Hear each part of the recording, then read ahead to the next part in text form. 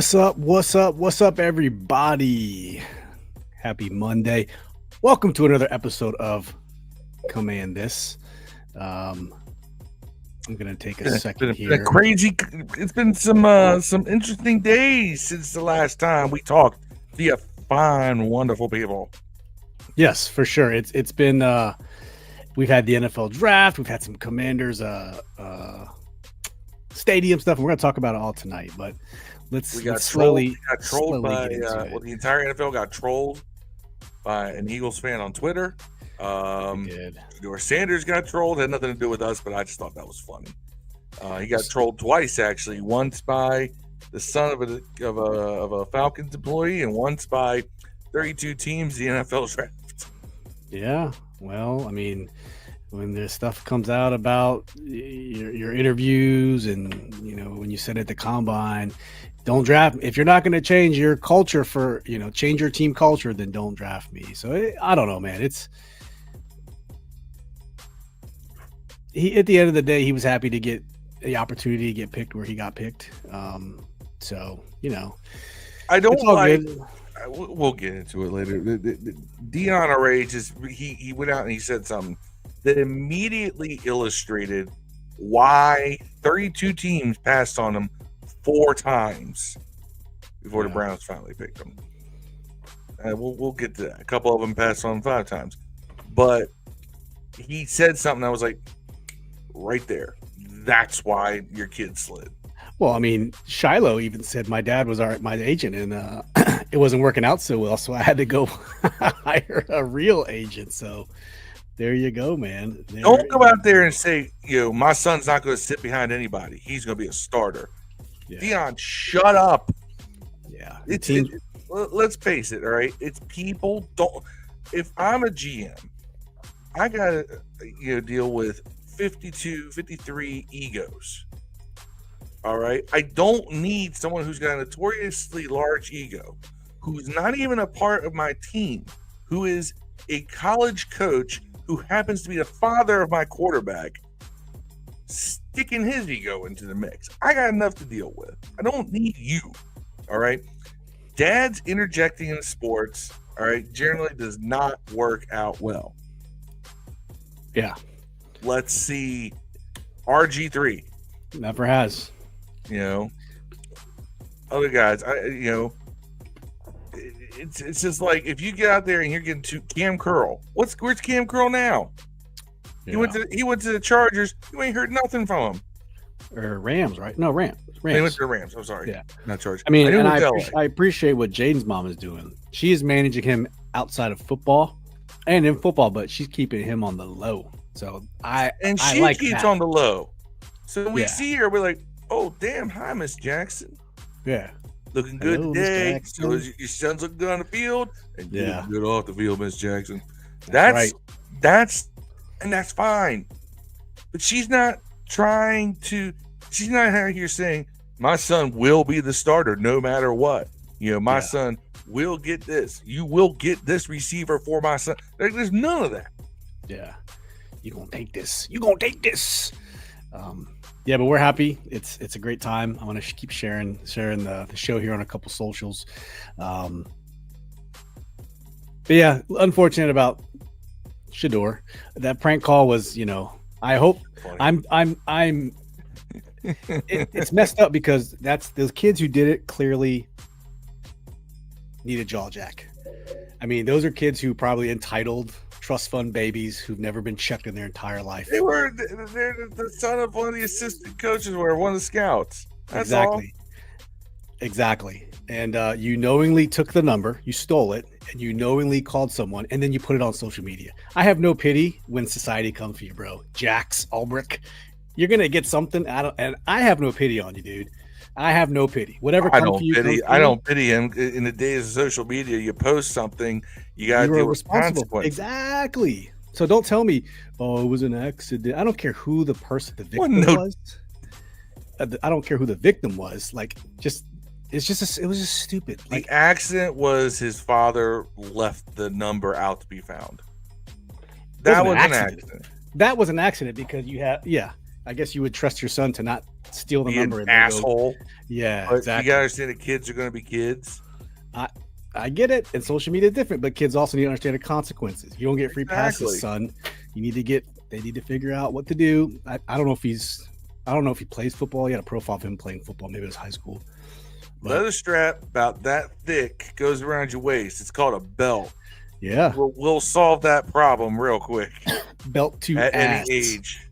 Belt to ass. Speaking of belts being put to ass, Ryan Elias in the chat pointing out Caps were putting belt to ass last night. Yeah. Showing up. Yeah, Tom Wilson had a clean hit, and everybody's like, yeah, clean. Up in arms. Up in arms. And it's NHL playoffs. Has the game started yet? I have not even seen. I've been busy. Has the game started yet tonight? There's no game tonight. Game's tomorrow night. Oh, last night. Yeah, duh. They won 3-2 last night. Mm-hmm. They're up 3-1. One more seals it, and then they move on to the next round. So they move on, and they'll probably be facing the Carolina Hurricanes. Ready for it. What's up to you? Thank you for popping in. Headed back to DC. I don't know. We'll see. Some hurdles to go through. One hurdle left. Is it one? I thought there's 3 hurdles. Well, I meant 4 of city 7. council. Oh yeah. I read that there's 4 of 7 are okay. It's so really 3 of 3 remaining. Does it have to be unanimous? I don't know. It's probably buried in the article somewhere. It's I'm sure it's majority vote. Yeah. Well, if it isn't, it's already good. But yeah, I don't know.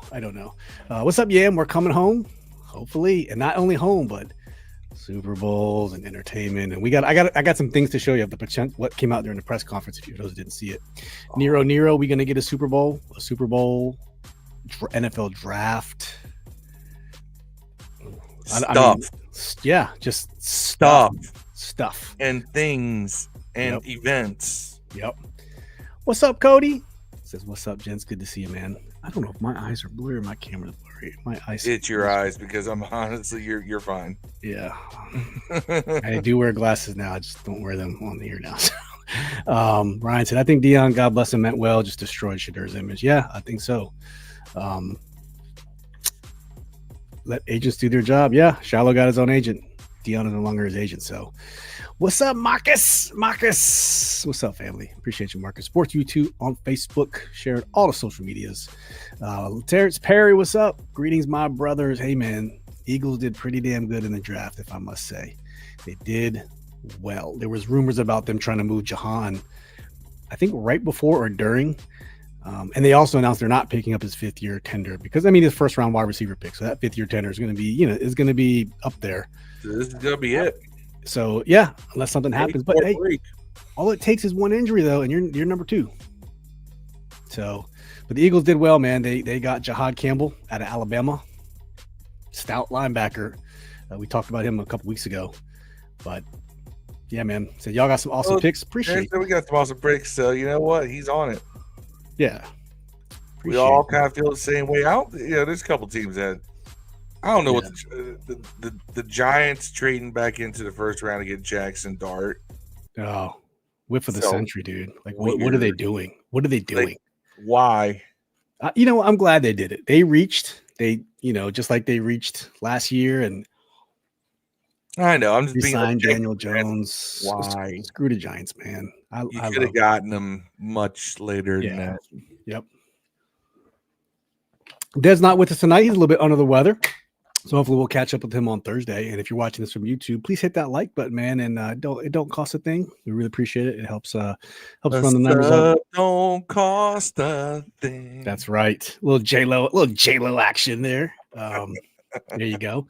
But let's get into the stadium talk, man. So all the rage today was about the stadium talk. So they had a press conference this morning. They talked about how the mayor, and I got some clips to show how the mayor and Josh Harris and crew are ready to do this, and still has to get to the city council. But there's some good talk that's going on. It's going to bring a lot of excitement and spark back to the fan base. But the sad part is, what, Phil, like, even though we saw the announcement today, which we're going to talk about, people are still bitching about the damn name. Josh Harris even said it. we're the Commanders. He said it today. We're going to be the Commanders in that stadium. So people are still complaining about the name. Like, oh, I'm not going to say the C word. I'm not. It's like, could you really have to take a dump on the good news? So we're 11 minutes into this podcast. We're 11 minutes into this podcast. You won't say the C word. I will, you cunts.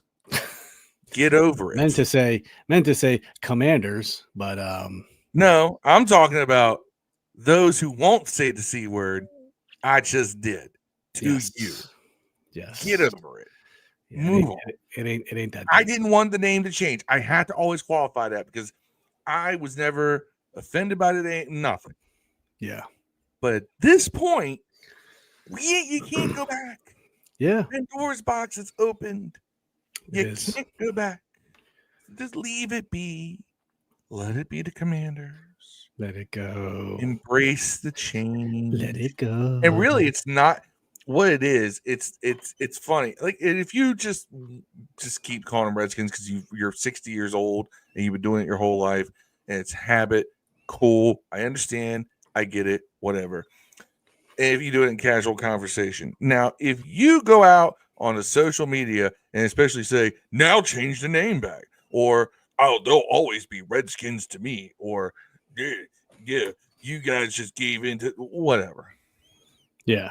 I have to laugh. What gives, dude? Yes. But I want to real quick show you guys here a couple renderings of the stadium. What at least what they presented today at the press conference. This is what they're talking about it looking like. You see an indoor, you see some shops there. I don't know where that water's coming from, but okay. Bumping right up to the Anacostia, I guess. These are a little.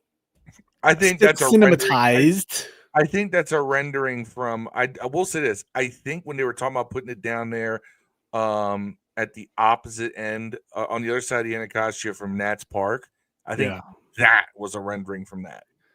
Okay. I think this is what they released today. They're in the press conference. This is what these are. Really? Yeah. Okay. I didn't see that one. I saw this one. This one, and it's cool if you kind of see the W.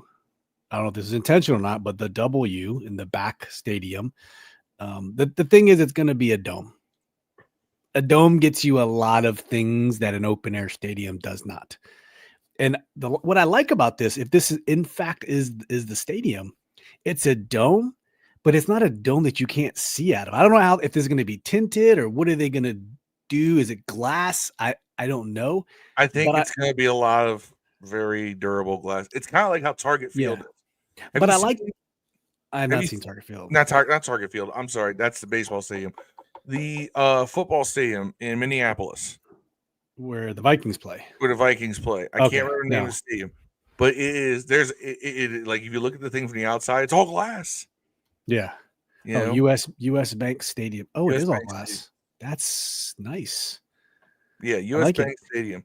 Yeah. And it puts a lot of sunlight into the stadium. Natural light. Yeah, that's cool. I like it. I like that. Hopefully if that's the way they roll, then that's pretty cool. It looks so dope. I hope that rendering is a good representation of what we're going for here. And you notice it's a 4-decker. Yeah. You got 1, 2, 3, you got the luxury suites, and you got a split upper deck. That kind of tells me that my theory of if you want to build a bigger stadium on that footprint, you got to build up. Here's your Viking stadium right there. Yeah. Look how much glass there is over top of that roof. But you gotta build up, right? You can't build out, but you can build up. And I think building, the problem with one of the problems with Northwest is that it's built out. Yeah. If you build up, you're closer to the field. Your eyes are closer to the field at all times. So I think that this is exactly what you're seeing. So you're never going to be, like I said, you go to PNC Bank Park up in Pittsburgh to watch Pirates play. Yeah. You're the furthest seat away from the field is 88 feet. 88 That's less feet. Than 30 yards. Think about that, guys. That's not that far. Now, granted, this is going to be a much higher capacity stadium because that stadium holds less than 40,000. But you get my point. They built that stadium up, not out. You build it up, not out. Your sight lines are always going to be more over the field than away from it. So I think that's what's going to create more of a positive viewing experience for fans, as opposed and also it's going to, with the dome and you got all that noise being siloed in, it doesn't escape into the ether. It's going to be a loud stadium. Yeah, I think so. Dre, what's up with yo, my brethrens? Great draft, upside players on undrafted free agents. Relocation is inevitable now. Yeah, man, we're gonna talk about those all those picks here shortly. But appreciate you checking in, bro. Thank you. Terrence says Washington and Philly the cream of the crop now. Hope so. Excited to see y'all playing DC again. Well, you got Metro stop right there, man. Orange and blue line right to the stadium, man. It's about to be awesome. Yeah, I will never have to pay for parking again. I hope they find we'll talk about it in a second. They're saying there's going to be 8,000 parking spots, I think. Now I'm curious as to, hold on, Northwest Stadium parking spot total capacity. 22,000 parking spots right now at Northwest. There's only going to be 8,000 at this new one. Well, we'll see how it goes, man. We'll see how it goes. It's going to be at the stadium. They're going to have parking garages in different places too. Yeah, but I mean, you can't tailgate in a parking garage. I'm just talking about for open air tailgating. I just want to see what that looks like. What's that? Oh, I understand. You can get the parking space, and I'll take the Metro in. Yeah, for sure. For sure. Cody said Vegas, SoFi, and Las Vegas, LA has a glass roof too. Just copy and paste the Raider Stadium. Yeah, it's the model. We'll see, man. The other rendering they have here, new patch, kind of nice. Fight for old DC. I like the symbology they're going with here. I have a feeling they're going to integrate some kind of a roller coaster style. Go back to that previous image. You see how it dips down to form the W back there? Yeah. I think that's kind of a tribute to the RFK as well. I don't know why, or maybe the LED board up top, bend something. I have a feeling they're going to integrate something in the roof line that resembles old RFK in some way, or at least a passing tribute to it. Yeah. Otherwise, I don't think they would make that patch. And these are just renderings, so I don't know. We'll see. This is a good start, and the outside rendering doesn't. I mean, this patch, whatever this is, that's definitely the RFK shape on the outside. That kind of weird, the wavy top, the roller coaster roof, man. Yeah, roller coaster roof. This one doesn't really do it, but I get that just looks like a copy and paste of what the Raiders. Yeah, it's just a big bubble. And I don't think it's going to be just a big bubble. I think this is a little more. They got to do this right. Yeah. It's like you got to make good. Yeah. And I have a feeling they're going to really make good on this. Yep. Is that sightline? Is that the Capitol in the background? That would be dope if they could line it up to the Capitol. I don't think that's the Capitol, though. I think that's something else. I can't quite tell from. Maybe if I full screen this myself. Yes, it is. Oh yeah, never mind. It almost looked like a double statue because right here. But I see now that is the Capitol in the background. Yeah, you're right. That would be really, really, really dope if they lined that up. Yeah, because that's the one thing that's kind of missing from Nats Park is you don't get a look. Right, Terrence. That's right. The W. It's for the kids. It's for the kids. Rocking the Defenders. But I think that would be really dope just because it's the one thing that's missing from Nats Park is a good sight line from a big part of the stadium to the Capitol. Right. It almost makes that Capitol in the distance part of the stadium decor. Yeah. And let's face it, it's a big part of what makes DC is the fact that the Capitol's right there. I mean, it gives you that ambiance, just like the view that you think you need. And the Capitol at night, I always just like, I love the look of it. Always love the glow when you from got the the glow, you got lights the glow. inside. And maybe that's just the DC native in me. Yeah. So night games are gonna look really cool. Yeah, night games should look pretty sick. Do it. Yeah. I do want to post a couple things. This guy right here. So this is the next thing that got shared. So the reason why the dome is important, because you can get year-round activity at the park. And Phil, you kind of alluded this when we first started talking about this a couple months ago, whenever it was. The target, if you look at the bottom, 200 events per year. Now you look at the icons they have up there: Premier League, UFC, WWE, Army, Navy. You see Champions League. You see college football playoffs. You see the draft, Monster Jam. All right, they already have a lot of these things. Like half of these things are already coming to Northwest Field, but it opens the door to more, especially that it's in a dome. Remember one of the things that they will want it at a better stadium than Northwest. And remember, one of the things that Mayor Bowser said was, and I'll show you something from Westmore here in a second. It was a little bit salty, but we kept it professional in his sulking farewell message to the stadium. This will be a revenue generation tool for the district, whereas FedEx Field in its current form really isn't. It all lines the pockets of the Commanders. It doesn't do anything for Maryland right now, out sort of jobs and a little bit of buzz around it. But this thing right here, I believe, will stimulate everything in the small area because there's going to be shopping, restaurants, all connected to the stadium. So this is pretty cool right here. I thought this was a cool thing to show why it actually might be kind of nice. Of course, they have a picture of Taylor Swift and Beyonce, and of course, because the Eras tour and all that. Dude, if you could land that. Let's be honest. That's why I alluded to, and I've said this before. People act like RFK only was open for home games for Redskins. No. Yeah. We used to hold the biggest music festival on the East Coast at RFK in the 90s. Right? You can do this at this stadium, and it's even bigger. There are more music festivals now than ever. There are more big concert tours than ever. You can do stuff outside the stadium in the parking lot if you want to bring back Shamrock Fest, for God's sakes. There's tons of stuff. NCAA, I like that. WWE and UFC. Okay, one thing people may not realize is that our area is huge for both mixed martial arts, boxing, and MMA, right? Yeah. MMA, boxing, wrestling are huge in this area.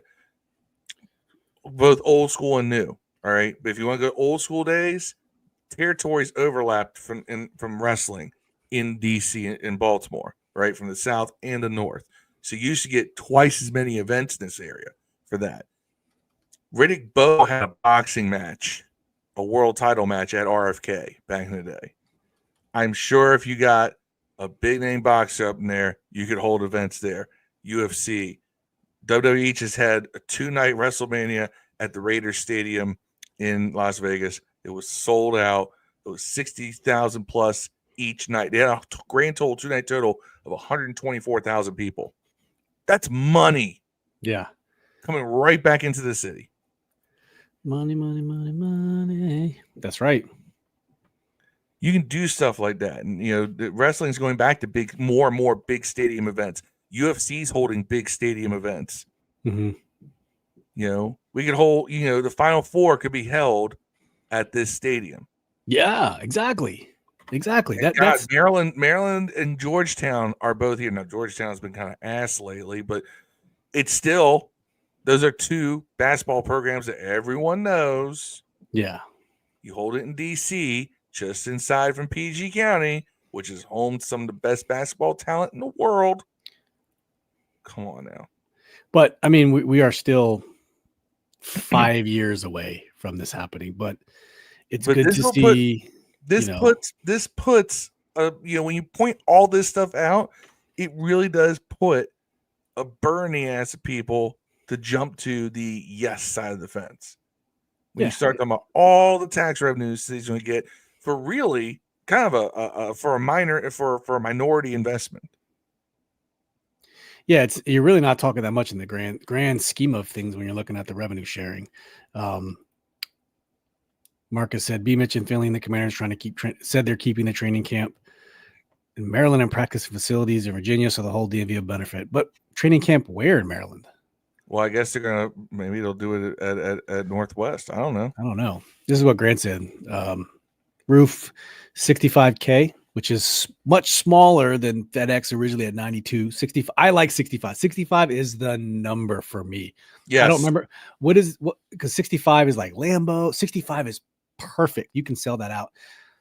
The RFK, what was RFK like? 52? 54. 54. Okay, I knew it was close. So 65 is good. Intimate, perfect number. 8,000 parking spots.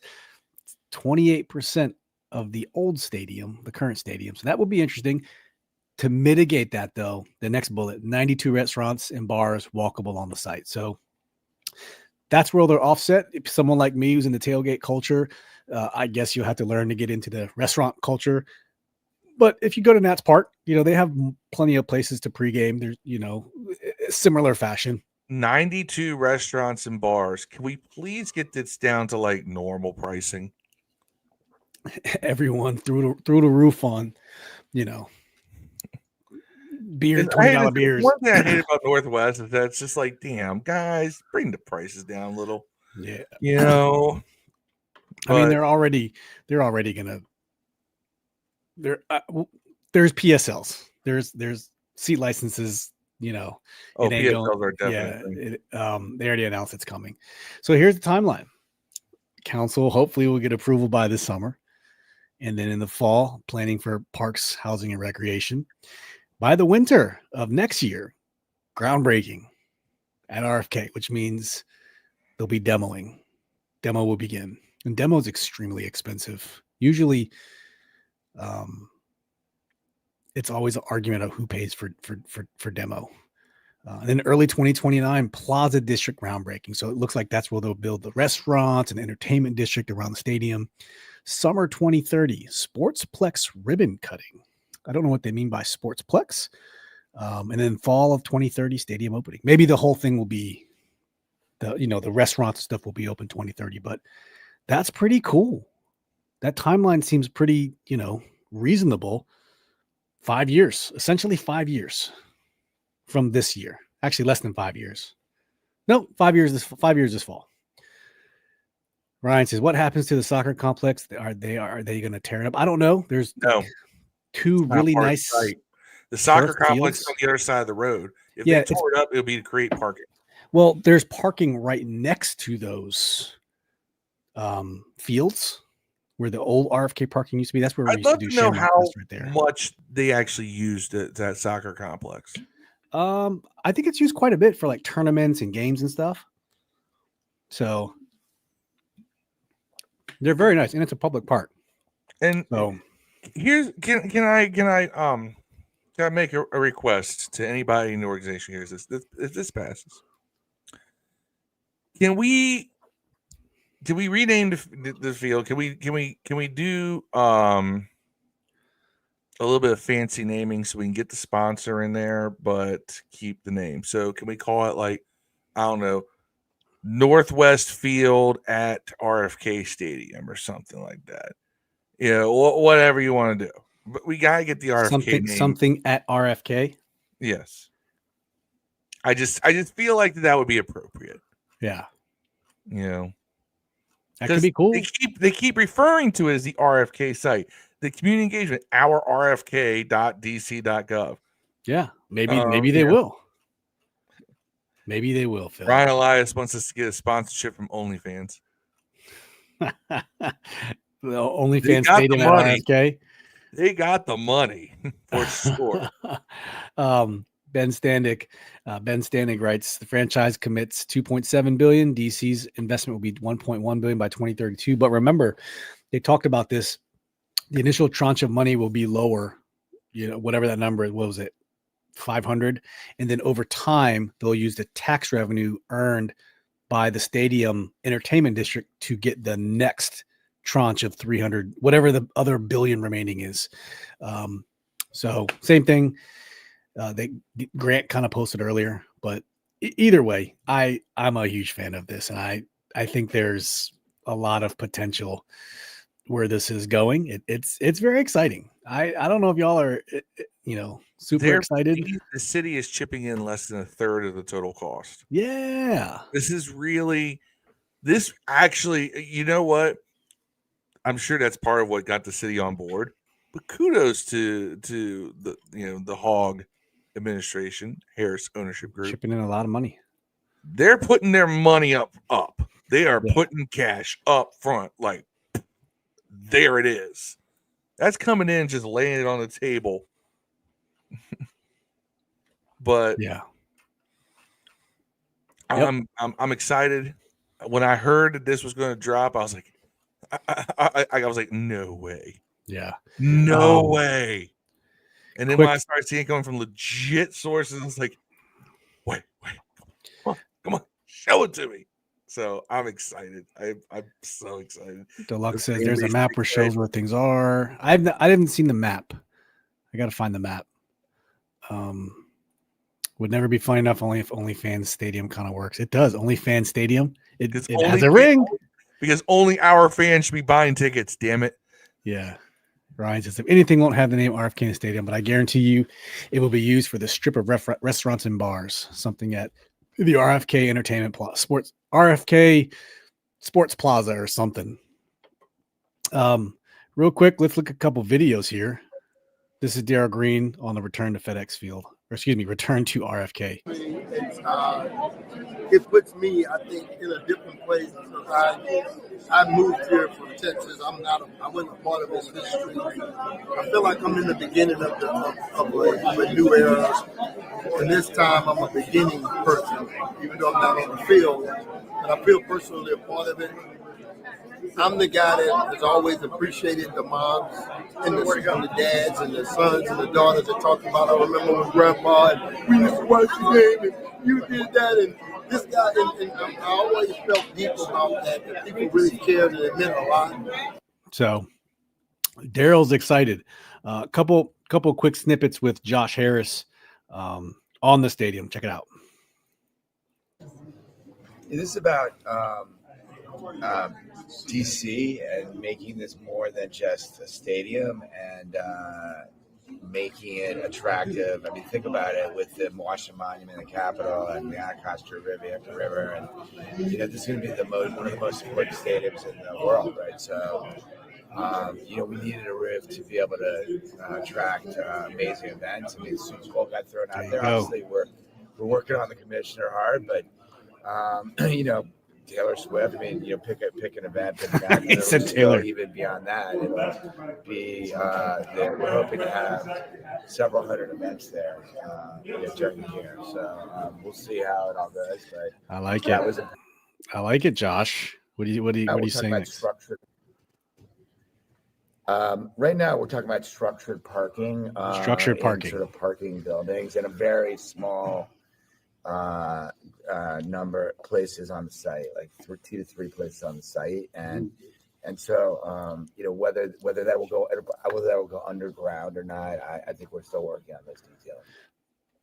That's the one hang up I have. I know it's not worth derailing the whole project, but it's the one hang up I was really looking forward to, was having a place to tailgate.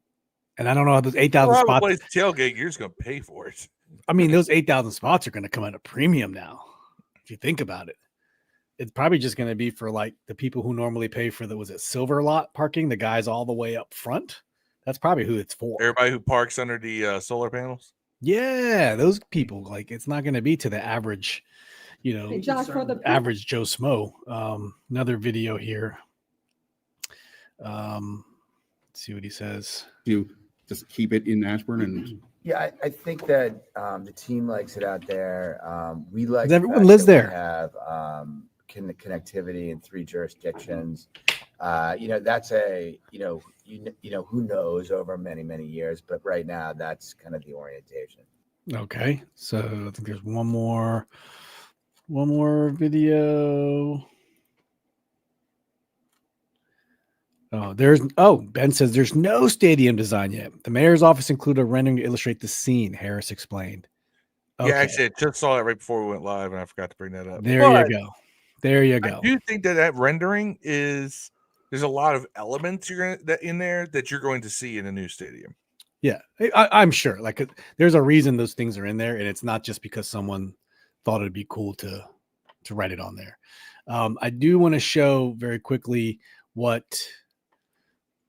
this will work. Okay, if I can bring this up, it's only. I'm gonna try. It'll only let me be. This will only be so big because of the way. Oh yeah, you can read it. So Governor Westmore, I'll let you guys read it on the screen. I'll give you the gist. They started working with the Commanders 2 years ago to talk about all this. And he just talks about they pled their case. They worked hard to try to be the ones, the place they that the team selected. And for whatever reason, shit happens. They just chose a different site. But a couple months ago, in light of the forecast of this happening, Maryland worked with the Commanders. I think Maryland knew it was coming. As you can see in Westmore's announcement, that, they also have to make sure they have interests in mind and their constituents and their residents in mind in that Landover area. So they created a memorandum of understanding with the Commanders. And it says the team committed to carrying out a speedy stadium demolition beginning within 90 days of the first game in the new stadium. So the beginning of 2030, when that door opens, within 90 days, they will demolish Northwest Field. And that's what was agreed upon with the team. I guess there's a blue line corridor that they're trying to work on development. And the team agreed to complete and design work to begin obtaining local approvals prior to their first game in the new stadium. So the team's not just leaving them high and dry is the good thing. If this was Dan Snyder, he'd be like, peace, I'm out, bitches. I'm gone. But they're showing good faith to Maryland. They're showing good faith in helping them develop this land after they leave it. So I think that's pretty cool. What say you, Phil? I say that this just proved that we have the right owners. Yeah. They're trying to do this with everyone with everyone feeling at least content. Yeah, it's the right way to do things. And they don't want an RFK situation where the stadium sits dormant for years. Yeah. And just rots.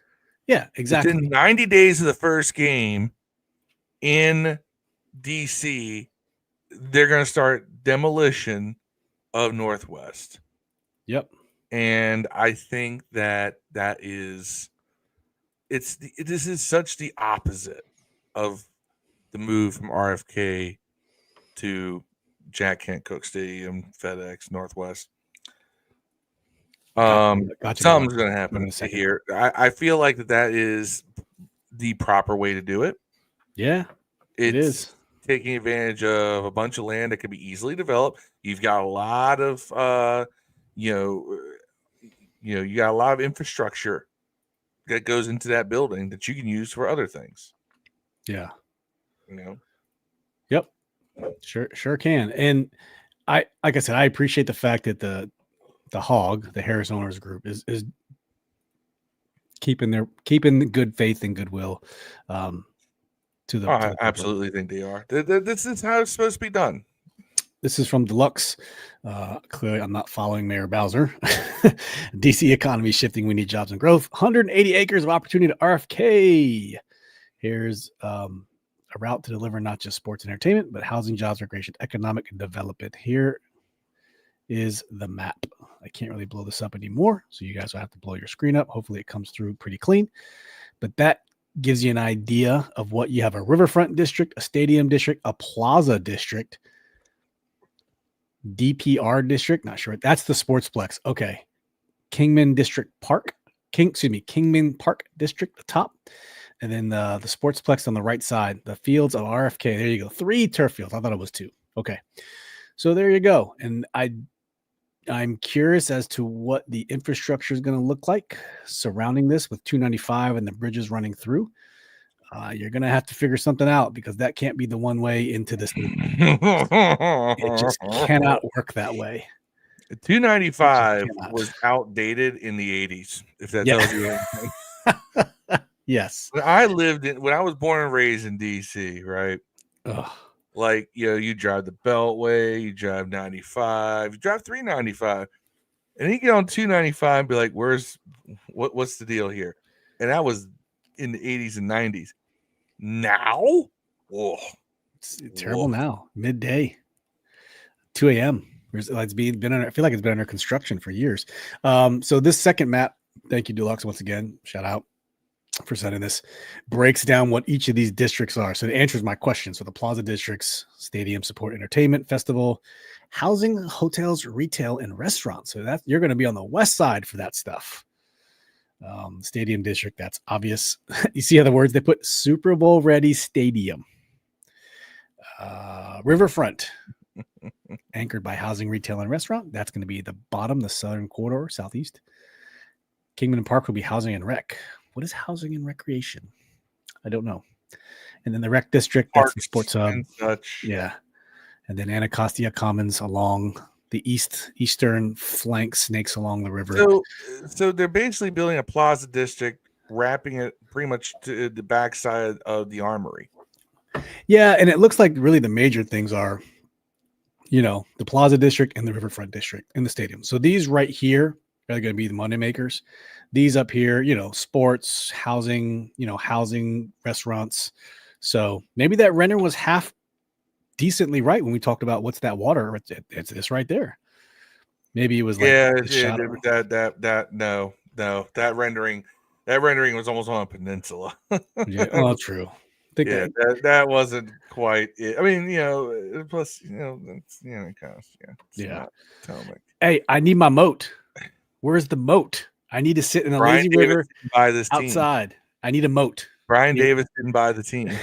The original rendering from Brian Davis had a giant freaking moat outside. I want that. I really like that idea. Like a lazy river just floating through the stadium. That would be hilarious. God, Ryan said, Mark Newland, Joe Gibbs Racing Stadium. You don't want me on a lazy river. I won't get out. Exactly. The problem, Ryan, with Joe Gibbs Racing Stadium, they can't afford it. You need to have like some giant mega corporation. I don't think they can afford. I don't think they're that well off to front all that money every year. I don't know, man. It'd be cool.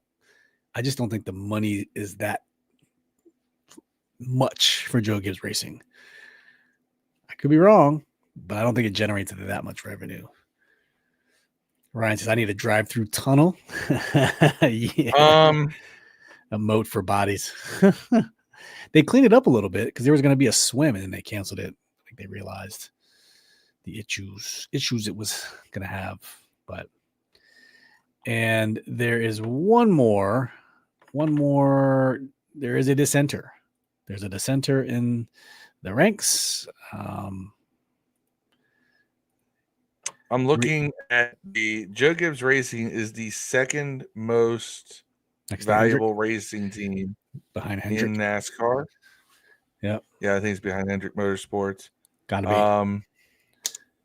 Team value is only $230 million. Yeah. As of that's February 2020, though. Yeah, that's not going to work. You're going to need something like,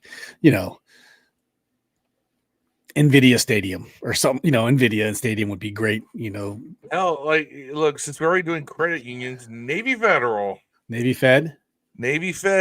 is the world's. If they don't already have a stadium, it's the world's largest natural person credit union. They are, and they're.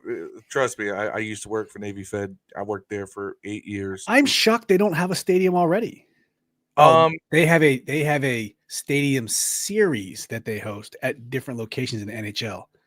So they take a series and they push it around different. Okay, Detroit, Columbus, Ohio.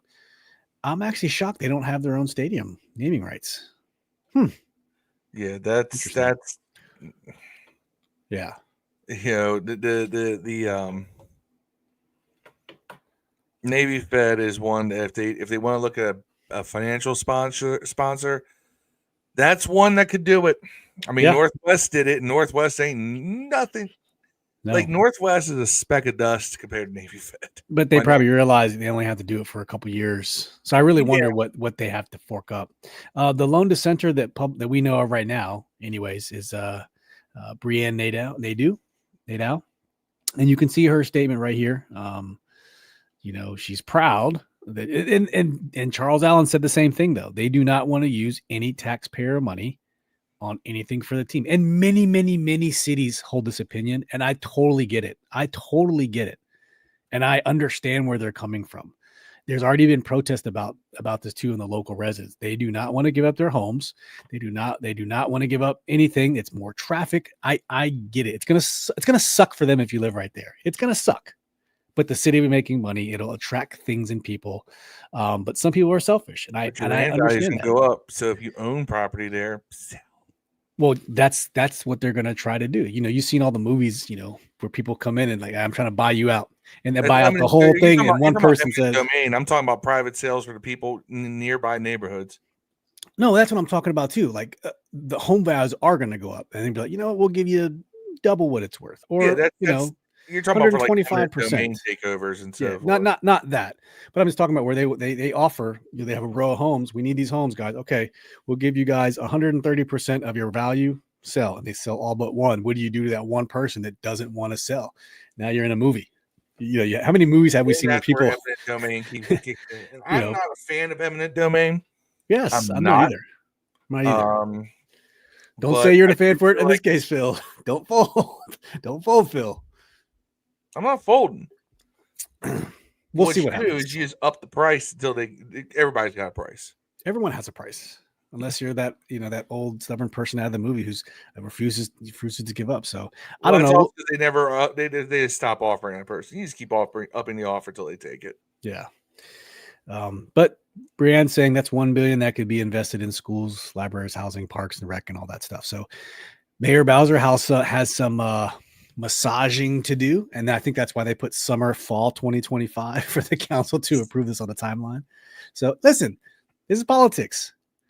You got charities, you got campaign donations. There's ways to get around these sort of things, and they'll figure it out. I will say this. If Tony Williams was mayor, this wouldn't be an issue. Why? Is because he would have already done. He got Nats Park and all that done, and Adrian Fenty and all those guys they brought stuff down to Southeast, and look what it is now. Yeah. All right, where Nats Park sits now was not a desirable place to live before they brought it in. Now, a lot of people who are there, if they're not across the street in those apartments and such, they weren't going to be able to afford to live there. But they didn't want to live there anyway. A lot of them moved just across the river. Yep. You're not really, and here's the thing, you're building a stadium where a stadium already currently sits. Yeah. So it's not like, that's why I don't buy this so much. If you were having to displace like a whole 200 acres of homes, totally understand, wouldn't be behind it. You're putting a stadium where there's a stadium. Yeah. It's posturing. Yeah. It's really posturing. It's a case of I want to look like I'm for the common man, and I'm for the little person, blah, blah, blah, blah. Here for the little guy. Look, you got to do those sort of things, though. It's politicians. DC could spend $5 billion in all the things she mentioned. It would still be crap because DC's government is terrible when it comes to anything publicly funded. All right. Yeah. So let's not sit here and act like this councilwoman is the arbiter of sound fiscal policy. Yeah. Charles Allen is the same way, man. He's going to be a roadblock too. He's already been vocally against it. We'll see where these guys fall. Ryan said, "What about Amazon? They just built their second headquarters here." They did. The Amazon Stadium would be pretty cool. Jeff, remember it was rumors that he was trying to buy, and it turns out those rumors were not. In fact, were just rumors, and wasn't a whole lot of truth to them because he could have single-handedly beat all of them. Attach some balloons and send that up a mountain. Yeah. like in the movie Up. You seen the movie Up, Ryan? Good movie. Feel it was a sweet neighborhood. What do you mean? The locals call me white boy. So respectfully, it felt like home. There you go. All right. Enough with the stadium talk, guys. We're going to get on to next topic here. We had a draft this past weekend. We had a draft. Let's talk about our draft picks. NFL draft happened this weekend. It was a good time. Thank you for those who tuned in with us on the live stream for the draft. We went about 3 hours and 45 minutes, maybe almost 4 hours, but it was fun. But let's talk about our draft picks now. And with the 29th pick, the Commanders surprised many of us and picked up offensive tackle Josh Connolly Jr. out of Oregon at pick 29. I did not see that coming. I thought edge for sure. Edge, maybe corner. I did not see Josh Connolly Jr. going at 29 to us. He wasn't even on our radar. But the kid's a stud. The kid can move. They're already calling him Babyface. There's a Josh Connolly challenge that I took part in going on viral on X now, where he did a video where he shot up and it went backwards. Good stuff, man. What do you think about Josh Connolly Jr. and how he's going to fit in on this offense? Josh Connolly Jr. is big and athletic.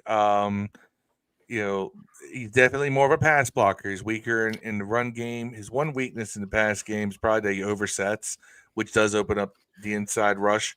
But he has steadily improved his technique during college. It's one of the things I like that shows that he's coachable and he'll learn. Even when his technique is inconsistent, he'll still win a lot of the one-on-one battles because he is so athletic and he's strong. Didn't do the bench press to combine, but came in at 6'5", 311, ran a 5.05 40, which, for an offensive lineman, not terrible, not great, but he does have a 34.5-inch vertical leap, 8-foot 7-inch broad jump, which does show some explosiveness in the lower body. He's only 21. Yeah. All right, so he's not an older guy. Like I say, he's definitely more of a pass blocker. Player comps, one that kind of jumped off the page to me, Michael Orr. Michael Orr, the blind side. Michael Orr was a starter for several years, solid starter for the Ravens. I think it's a good one. Another one I saw was Joe Noteboom. But Michael Orr kind of jumped off the page at me. Yeah. So, Josh Connolly, he was a left tackle all through college. He was projected to be a right tackle. You move into right tackle, it means no more Andrew Wiley. Yeah. And so that makes me happy. I think that, it's protect the investment at all costs. That's it. I think this kid has not peaked. He's nowhere near peaked yet. But the fact that he's shown strong improvement in his technique in college, it shows that, hey, you work with this kid, he will learn, he will adapt, and he will improve. So I think that, and look, if he played left all through college, you move him to right tackle, it does mean that, hey, if Laramie Tunsil's gone at the end of his contract, you have him or Brandon Coleman that you can move back over to the left. Yeah. Got a lot of we have done a lot. And I think that's what happens. I think Brandon Coleman goes to guard. Connolly goes to tackle on the right side. And that's what you got. That's your offensive line right there with Biadasz under center. And who do we say left guard is going to be? Already. And then Wiley's just kind of hanging out there, which is fine. Wiley's just a backup. You got to think of it this way. At some point, you're going to have a line that's going to consist of Biadasz, Cosme, Connerly, Coleman, and Laramie Tunsil. Remember, Tunsil's a top 5 left tackle in the league. You imagine by the end of the year or next year how good that line's going to be? Yeah, man. It's going to be sick. It's going to be sick. Nasty dudes. Sick nasty dudes. So that was Josh Connolly. We talked a lot about it during the draft. Didn't see it coming. That's fine. Just wasn't on my bingo card. But I'm happy we got him, and I totally get it. Totally get it. Not mad. Not mad at all. Not mad at all. All right. The next pick that we had, and this actually, when the dust settles, is turning out to be one of my favorite picks of the draft, is Trey Amos out of Ole Miss. I've been going and watching like some of his film and what the scouts are saying about him leading up to the draft. Dude, we got a good one. Trey Amos is projected in a couple of different mock drafts I saw as a first rounder. Yeah. He would have gone around. They actually, I saw a mock draft that literally had Connerly and Amos going back to back. 6'1", 200 pounds, which is solid size for a corner. 4'4", 340 with a 32 and a half inch vertical leap. I'm sorry, 38 and a half inch vertical leap. 10 foot, 6 inch broad jump. Yeah. He has 31 and a quarter inch arms, which is very good for a corner. So he's got some length to him as well. He is strong. He can trade muscle with big wide receivers. Yeah. Right. So he's not going to be somebody who, if a wide receiver goes out the block, it's a bigger wide receiver that he can't outmuscle them. Same with fighting for catches. Right. He can hang with them. Oh, we didn't say hi to Jim Sleazy. What's up, Jim? Oh, what's up, Jimmy? Jim Sleazy? Thanks for popping in. He is very good at pressing wide receivers. Very good. I've done some research on these guys. Watched some tape, everything. It's part of how I spend part of my weekend. Yeah. But let me ask you this though. He's an outside guy. So does this mean Mike Sainristil now has the opportunity to kick inside back to his original position? Because you have options now. Let's get into this a little bit. So he's quick to screens and the run game. He tackles well. That's something that you like in slot corners too. He is a zone coverage guy. I imagine they're not going to, this coaching staff is not going to, Josh Norman, this guy. Yeah. All right. He's a zone guy. But he's not exclusively zone. He can play man. He's not bad at man like Josh Norman was. No. He can play, but you're right. His strength is in the zones. Definitely more of a zone guy. He is because he gets so tangled up with pressing. He is slow to get his head around at times. Yeah. He does have what's considered poor eye discipline, which is more things that you want to see in a man corner. So obviously his strength is zone. Player comp, my favorite one here that I saw when I was looking around, James Bradbury. Ooh, the Eagles. James Bradbury. I wanted to get here every time he's a free agent, like get James Bradbury. Not a bad comp. I'll take that. Marcus said Washington Commanders had changed the O line, went from a weakness to a strength. Yep. Ryan said the shock we didn't trade back or B-Rob for picks. I don't think B-Rob would have netted anything. A seventh, sixth, maybe. And at that point, is it really worth it when you already have him under contract for nothing, for peanuts? Yeah. You can get running back next year. Yeah, running back value has gone up. So running backs are coming back, and not having a 2 to 3 pick suck. I know Ryan was very adamant about that 61st to 128 slot, where he really thinks that we should have traded and got a pick somewhere in that 67 gap, 67 pick gap. I feel like they probably tried. Yeah. And it didn't happen. But I also feel that the people they acquired in the offseason kind of offset some of those draft picks. You know what I mean? Yeah. Deuce did a good, and people just freaking stole this shit on X and ran with it. But he did where he thought the draft, the free agents landed in the draft. So round one, our first round draft pick was Laramie Tunsil. Our second round draft pick was, Josh Connolly. Our third round draft pick was Marshawn Lattimore. Our fourth round draft pick was, Trey Amos. Our fifth, you know what I mean? Like where the agents could offset in a draft. So, Marcus, first round grade, just like Phil said. Ryan said Amos on social media with his family. Hit that DMV vibe. Yeah, man. I'll play it very quickly. It was a really cool thing to see. Were they playing go-go? No. They just got super excited, and it was just cool to see. I believe they were they already in Ashburn? I think they had one of these guys had family out here. I have the video here. One of these guys had family out here in Ashburn, and that's where they were. But Deluxe says 2 years in a row, Washington got it projected first rounders in the second round. That's the Adam Peters effect, man. That's value. That's what they want. Always guys who have first round projections that slip, and he got the man. Yep. So Trey Amos, good pick. Play that, and we'll get to the next one. Yeah, for some reason, all of my bookmarks just went to all right, I can't not show this. This was the war room after they picked Shador. Is it reality in regards to Shador and Theon? Theon's not going to interfere. He's not going to be calling the coach. Wow, they look excited. But when they drafted Jalen Gabriel, they were all up in arms and stuff. To me, this looks like the owner came in and pulled a Dan Snyder, like, we're gonna make this pick. They don't look happy at all. It was just, Dylan Gabriel was. But I don't think he's a good Dylan Gabriel. I would take Shador over Dylan Gabriel personally, but I don't know. I think you're underrating Dylan Gabriel.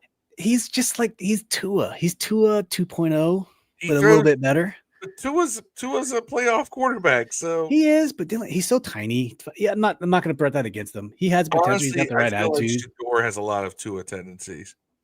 Yeah. If you want, honestly, that's a good player comp for Shador Sanders. It's Tua Tagovailoa. You know, Very accurate. Can put up a lot of yards. and takes a lot of dumb sacks. Yeah. Yeah. Well, I'm not going to find his video. If it comes up, I'll pull it up. All right. But the next one, our next pick, Jalen Lane. from Jalen Lane. Virginia Tech. Pick 128 in the 4th round. Go Hokies. So Wide 5'10", receiver. 196, ran a 4.3 4.40. Fast guy. Also, this is one I like. 14 reps on the bench press. I like a guy under 200 That's pounds. strong for a receiver, bro. Strong for Yeah. a receiver. 40-inch vertical leap and an 11-foot broad jump even. He's got some explosiveness in the legs. He's got long speed, and he is good on short pass, turning that into yards after the catch. He is a yak guy. He is definitely a slot option. He won't be an outside option until he develops his route running skills. That's his one big knock, is that he is not a good route runner. But you can coach that. He has great spatial awareness. He is a good return man. So I think that's what we got him for. He will be a backup slot guy, but he will also be a returner.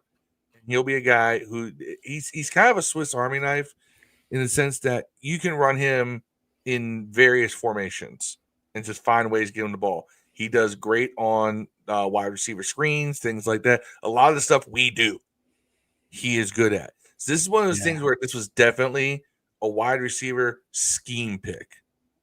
Yeah. So, all right. Here's that quick video that Ryan was talking about. Oh, the Trey Amos video? The Trey Amos will hopefully the music won't get us, but we'll see.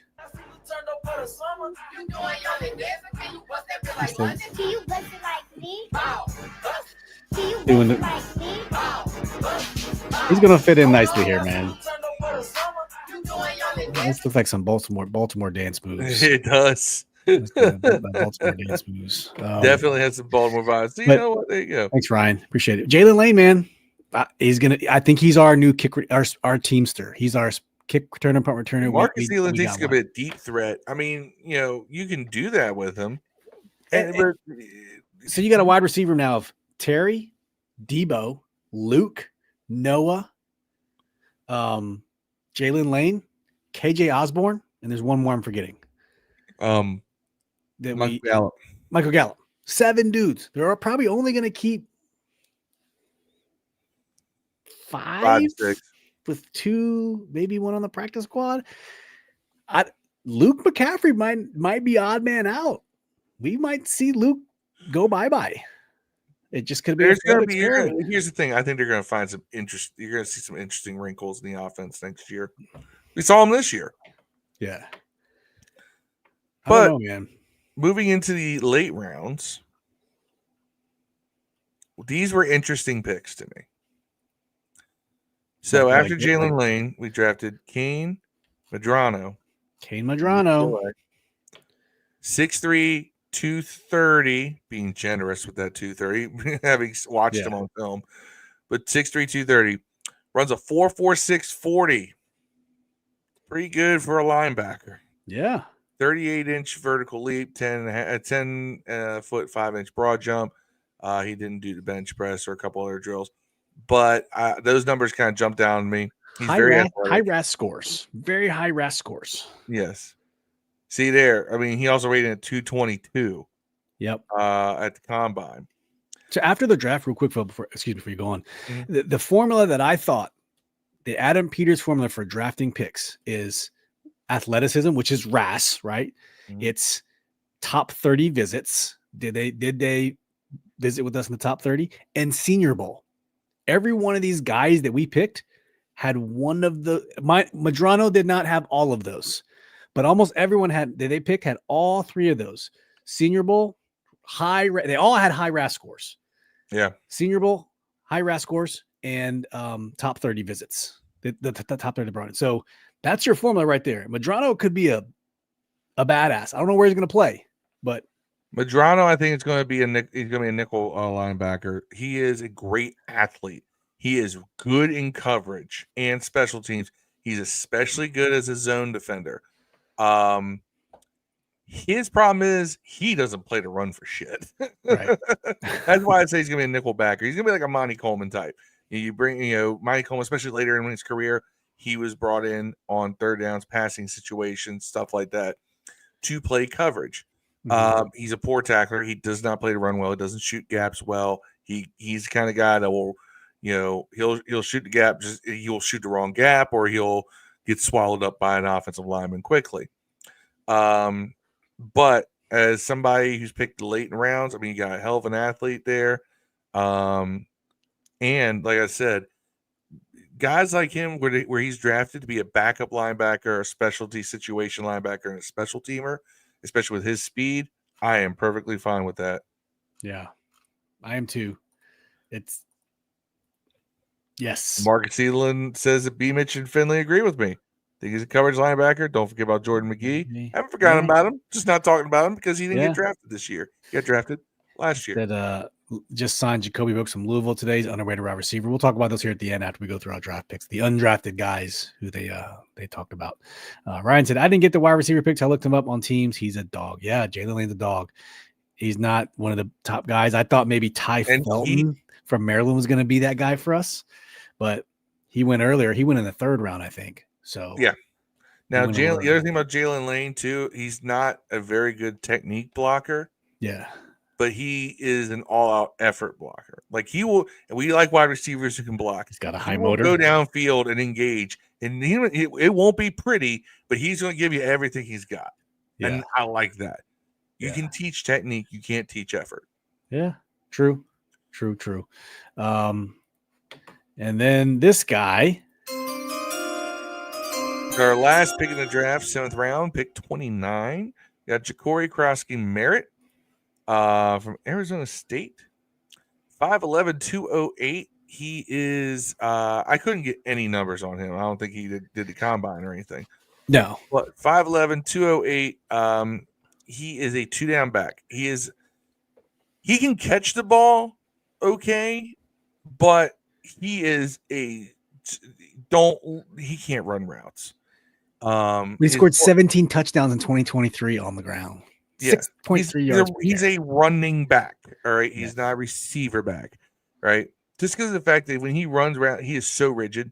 Like there is he's very mechanical when he runs routes. It's not very smooth, not very fluid. He's easy to defend.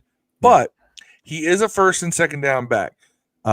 He has good vision. He's very good at finding second-level defenders from behind the offensive line. So when he gets the handoff, he not just sees the holes, he'll see the linebackers too. There's your RAS. There's your RAS scores right there. Okay, good. We got some numbers here. I did not see this. So 4.45 and a 40-yard dash. 20-yard split is 10-yard split. His 10-yard split's almost the same as Jalen Lane, who had 1.5. The thing with Ja'Cory, though, he excels off injury. He excels in the zone run game. All the highlights I see him. He excels. All the highlights I see him in the gap. He does highlights too, but he excels between the tackles run game. Mm-hmm. He'll do inside zone well, and he'll do gap scheme well. He has good shiftiness. So a lot of times he turns guys who would be head-on tacklers into arm tacklers. Yeah. Like just those little what is called micro movements. Yeah. He doesn't do a lot of like, big jukey moves. Just a little shimmy, Yeah. and he'll get a defender off his line. And Ryan brings up a question. Mhm. I don't understand that. So he did. So 2023, he played one game in 2024, right?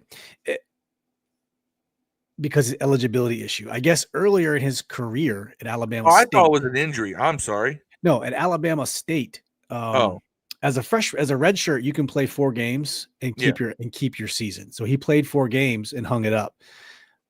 But someone took his number and continued to play. And so he got these ghost stats credited to him and games played credited to him. So he lost what he thought that final year of eligibility. He thought he had it. Technically, he didn't. What I don't understand, how can the team not refute that and say, hey, it wasn't him playing? So that's where the argument was that he used all his eligibility up, so he couldn't play in 2024. But the cool part about this guy is he went to every practice, every team meeting. He was at every game, didn't play. He played 1 game, but he was there as a teammate for the entire year. That screams Dan Quinn Commander, does it not? Character guy. Yeah, exactly. Now, the other thing I will say, so I like this. He has his if you look there, broad jump is 10 feet 4 inches, vertical 41.5, 41 and a half inches. All right, that is explosiveness right there. But he's not an explosive accelerator. He is more of a guy who gets downfield and builds up ahead of steam, right? Yeah. He doesn't have that quick first step, but he'll plant, go. Once he gets a couple steps going in the right direction, he's going. He is 24 years old. So take that for what you will. A little bit older. But you play 4 games your freshman year, you play one game your final season. He doesn't have 4 years of wear and tear in college. He's fresh. Ryan Lassen's Chris Thompson type. I wouldn't say that in the sense that because Chris Thompson was a great receiver. He ran routes well. He was very, very fluid. Krosky Merritt's not that guy, but Krosky Merritt will push a Jeremy McNichols or a Chris Rodriguez for a spot on the team. But you'll probably see him on the practice squad to start. All for it. We'll see what happens with the healthy O-line. Maybe B-Rob finds a resurgence. Depends on the scheme they run. Yeah. Let's look at the people that we allegedly signed afterwards. So I'll just give a quick rundown here. I don't know who a lot of these people are, so you're going to have to bear with me as we just flick through this. So we signed Tim McKay, offensive line at NC State. I'll zoom in a little more. Then we signed Fentrell Cypress II, cornerback out of Florida State. So you got another cornerback. Ricky Barber at a UCF, Central Florida, defensive line. Trey Rucker, safety out of OK State. Robert McDaniel, defensive back, Jackson State Tigers. And then Carlin Vigors, who's getting a lot of people are really high on Carlin Vigors. I don't know him from Louisiana Monroe Warhawks. Flash promise in both man and zone coverages. And then Marcus said we signed another guy from Louisville earlier. He wrote that earlier in the draft, Jacoby Brooks. So, and then as Marcus said, invited Gabe Taylor to mini camp. So we'll see with the whole Gabe Taylor thing. There was a lot of false information going on about going to the Eagles, and you know what? At that point, you don't know what to believe because there's all kinds of shit flowing on the internet. It's hard to keep track. But turns out Gabe Taylor had multiple offers to attend different camps for different teams, and he chose Washington. So cool, man. I wish you the best. We'll see how it goes. Hopefully, it won't be too big of a story. So the kid can focus on trying to make the team, and it ain't about living up to Sean's legacy. It's just hopefully he makes his own path, which I would like to see. But these are the guys we signed undrafted. I think there's a couple other ones that didn't make the cut. That I could be wrong, but Any of these other undrafted guys stick out to you, Phil?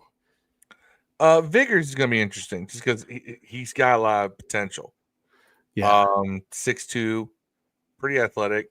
Yep. Big corners always intrigue me. That's why I like St. Juice coming out of college. Yeah. I will take credit for that. Benjamin St. Juice is someone I thought was going to be great. And when he wasn't committing penalties or getting completely toasted, when he was competitive, but toasty. He got turned. I mean, he got turned into French Canadian toast. Before we finish up, I do want to show just an idea of what pundits, talking heads, general people outside of this area are grading this draft so far.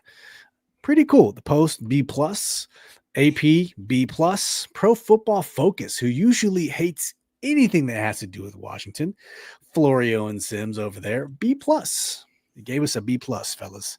Barstool B+, Fantasy Pros B+, Hogs Haven B+, NFL.com a B, Sports Illustrated B, The Ringer a B, Touchdown Wire B, Athlon Sports C+, Fox Sports a B, Sporting News B-, USA Today B-, For the Win B-, Fantasy Life C+, New York Post C+. I think Kuiper actually was really high on us, even though I spent all weekend bashing him for all his miss. CBS Sports was an A. The Score was an A. Kuiper A-. So Pro Football Network A-. So yeah, that's the general consensus. So it seems like people were pretty high on our draft, which is kind of cool, generally speaking. Yeah, and I would give them a B+ for this draft, just off of what I've seen. If they had gotten an edge early, I probably would bump it to an A, just because I feel like that was a greater need. But I don't hate Connerly at all. I think that's a great pick. So, but also just the lack of picks kind of helps with making a few more impact draft picks. But overall, B+. I would say it. Sure. Ryan says, I have a family friend who played on the Louisiana Monroe Warhawks. They had the quarterback General Booty. I don't know if that's a typo, Ryan. General Booty. But the team had a primetime game last year and it wasn't anything special. Okay, cool. Very, very quickly, key dates going into the off season. Just remember, here we are in the April timeframe. We just had the NFL draft. Green Bay 24-26. And so in May, you're getting the deadline for the 5th-year options. I don't believe we have anyone left from the 2022 draft class who'd be worthy of a 5th-round option. The only person would have been Jahan Dotson, and he's not here. So for us, that's done. Next week, clubs may elect to hold 1 3-day post-draft rookie minicamp. So rookie minicamps next weekend. May. We already saw some of our guys coming back to lift weights and work out the facility and stuff. And then you can see for the month of May, you got rookie programs, spring league meetings. You don't have anything really major till the July. June 1st cuts. You got roster stuff, post June cuts for all the salary cap purposes. That's where there's going to be a lot of movement, but no major team activities outside the contract stuff. But this is where you're going to see a lot of people fall. And this is essentially what they call round 2 of free agency, because people are going to disappear. This is where you're going to see like Kirk Cousins. Kirk Cousins is going to go to a team right around this time, I'm guessing. Not the Browns, because the Browns have 5 quarterbacks on their roster. I mean, let's talk about the Browns for a second. Let's talk about the Browns for a second. Yes, I like the Steelers. The Browns this offseason restructured Deshaun Watson's contract to give him about a $35 million cap hit, which is, good move. Very much lower than it was. Signed Joe Flacco. Traded for Kenny Pickett from the Eagles. They traded for him. Drafted Dylan Gabriel. Drafted Shadur Sanders. What is going on? And they drafted 2 running backs. They got Judkins and a different running back too. What is going on in the Cleveland Browns, dude? Just when I thought they were trying to get cut, they were say what? Nick Chubb about to get cut? Maybe so. I don't even know what his status is, if he's a free agent or not. I don't follow him that closely, but dude, I don't know who's running their war room. But man, the Browns gonna brown. I thought they were gonna turn the corner, and Either way, the Browns are pushing Brown. They are. And then, come July, mid-July, you're going to start see more movements. And then, we'll see what happens in July with camps and stuff. Hasn't been announced for Hard Knocks, but Hard Knocks is going to be upon us this summer too. So the Commanders are eligible. They could be in the running for it. I don't think they will, but yeah. So all in all, NFL draft, we signed some undrafted guys, stadium on the way, RFK, hopefully if it gets through. So man, we are on the up and up. I feel like we are on our way, Phil. I think we're there. It felt like we made the most of what we could get. Not a typo run. Okay, General Booty. I have to look up General Booty. I remember vaguely hearing that name once before because it's funny. General. Oh shit! Literally, General Booty, white dude, 23 years old. General Axel Booty is his name. That's hilarious. It's Axel. General Axel Booty. Dude, that is hilarious. Son of John David Booty. NFL quarterback. John David Booty. I remember John David Booty. Former Miami Marlins and nephew of John David Booty and nephew of Miami Marlins third baseman and NFL quarterback Josh Booty. I remember both of those guys. Wow. Okay. Ryan, I apologize. General Booty. That was the one. All right, guys. As you know, we like to end this with if you got any sort of good news, man, any sort of good news you want to share with the Command This family, please share it right now. While you're at it, please hit that like button on YouTube if you're watching this. We greatly appreciate it. It helps get the algorithm going. We had a great show. Just got back from spring break. Myself had a good time out at Western Maryland with the family out in the woods. Good time. Thanks for Phil and Dev for holding that down. But that's what's good in my life, man. I don't know what you guys have going on in your life. If you'd like to share something, we got another minute or two if anyone wants to share anything. But thanks for kicking it with us tonight. Phil, what you got? Oh, it's just another day in paradise for me. Day in paradise. I can't say there's anything great going on this week. I mean, the month of May for me is going to be crazy. I got 2 big concerts going on. I'm going to. So I've talked about Boardwalk Rock out in Ocean City. But next week, on Wednesday, I will be going to Blacksburg, Virginia, home of Virginia Tech. Hokies. Go see Metallica in concert. Nice. With Pantera as one of their opening acts. Respect. Whoa. Yeah. Oh, real quick, I do want to show. If you guys don't know, our buddy Scott Hartley, he's on the 1 Point City show. He's also on the Bunker podcast with Jesse and John Taman. He got to announce, because he's the international fan of the year for the Commanders. He got to announce a pick, and I got video of it. And I thought it'd be cool that we could show this real quick. I mean, Scotty Too Hottie, I like to call him that. Great dude.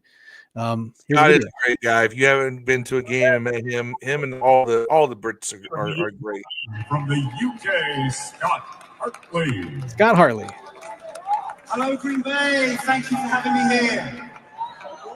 First, I'd like to thank the Commanders organization for allowing me to do this. Secondly, and no means secondly, I'd like to thank my wife, Karen. I love you. I'd also like to say hello to my children, Joshua and Holly, who are at home watching in England. Also, shout out to the 1 Point Safety Show and the Bleeding Burgundy podcast. Go and subscribe, real fans. God damn it, we should have paid him to now, throw with all that being said, with the 250th wasn't on TV. in the 2025 NFL Draft, the Washington Commanders select Kane Medrano, linebacker, UCLA. Raise hell, everyone! Let me play go-go. That's cool.